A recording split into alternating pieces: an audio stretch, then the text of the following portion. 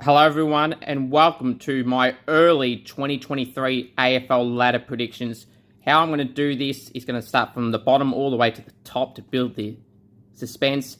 Please subscribe to the YouTube channel if you haven't already. This is the first video for 2023. There's going to be a lot more videos to come, but let's get started right into the action for my early 2023 AFL ladder predictions.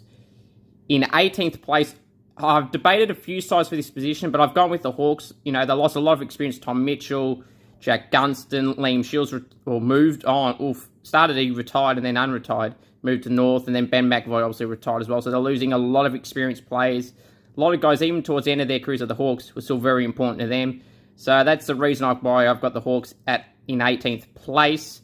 In 17th place, I've got the Eagles. I don't see any improvement from the Eagles. Yes, they had COVID issues at the start. They had some injuries as well. Some of their experienced players are getting on towards the end of their careers. Shannon Hearn's in his last year. But Josh Kennedy's retired, so I feel like their forward line's going to be very exposed as well and very young as well. So I see them finishing in 17th place.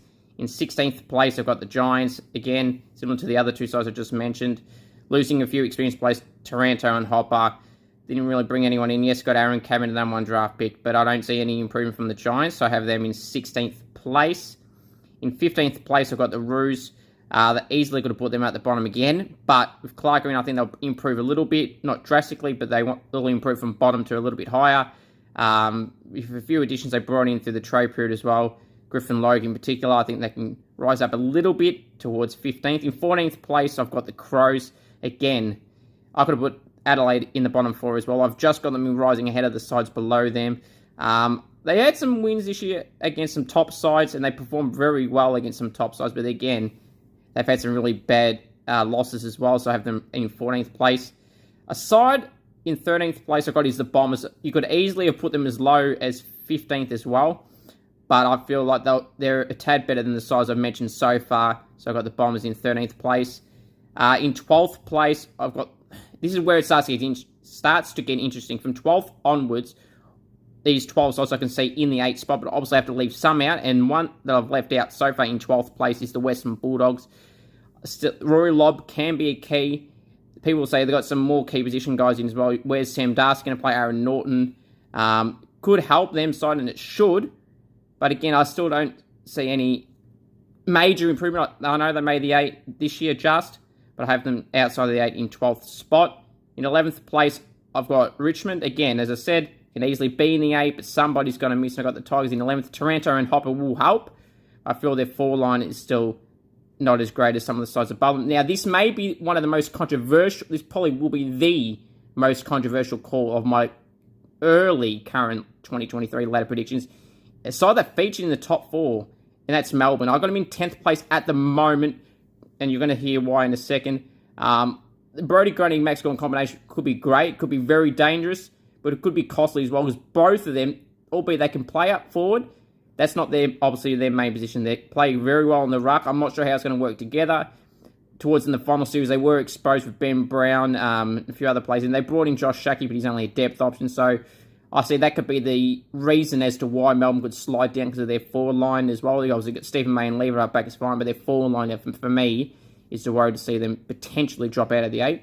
Very well, this could come back to bite me in the face. They could make the top 4, and they probably will, but someone's going to miss, and at the moment I've got Melbourne. Now, in 9th place, I have Carlton, a side that finished in 9th place in 2022. Again, if it wasn't for Jamie Elliott, they would have made the 8, but they didn't. A side, again, could very well make the 8, but again, someone's going to miss. It's Carlton. Harry Mackay and Charlie Kerner can be very dangerous if they both stay injury-free. They got the Brownlow medalist in Paddy Cripps, so it'll be interesting to see how they go there. So that leaves the top 8. So in 8th place, I have the Gold Coast Suns with Ben King returning. I think this will be very good for the Suns. It'll be the first time they ever make the 8. They were so close the year that Gary Ablett hurt his shoulder. But they were so close this year as well. But I think with a fully fit Ben King, if they could do well for a whole season without Ben King and with Levi Caswell, Marby Charles, their 2 key forwards, adding Ben King to that mix, this could be the year the Suns make that. Touk Miller's in great form. Touk Miller, that is, the skipper. Jared Witts as well, great ruckman as well. So this is the year I finally see the Suns making the 8. In 7th place, I've got the Pies. Again, they got a very well feature in the top 4. I've got the Pies in 7th place with Craig McRae doing a great job at the helm for the Pies this year. In 6th place, this is where the team that I go forget to mention, the Saints. Now, they can feature anywhere from 6th to 10th, but I've got them in 6th with Ross Lyon at the helm. The Saints, 150th year. Mateus Filippo, young star for the Saints coming in. I know people are going to say, oh, Cooper, Max King's out for almost half the season. It could be 4 weeks, could be up to 10 weeks. We still don't know as of right now. I feel like in the short term, they could play Tom Campbell, or I can play Rowan Marshall up forward with Jack Hayes and Timmy Membry, or they can play Josh Battle or Cooper Sharman if they want to keep Rowan Marshall in the ruck. So there's a few options there. Jack Steele, Brad Crouch, and Jay Gresham, if fully fit, back from injury, should help the Saints in the midfield. So fully fit Saints side, I see them finishing 6th. In 5th place, I've got the Dockers now. They were very good this year, and they were around this position on the ladder this year in 2020, or in previous year in 2022. Now people can say they lost Logan, Lobb, and Akers. That does not help at all, but their depth is amazing. Got Heath Chapman, Hayden Young off the half-back line, Luke Ryan. Their back, Alex Pearce. Their back line, Brennan Cox.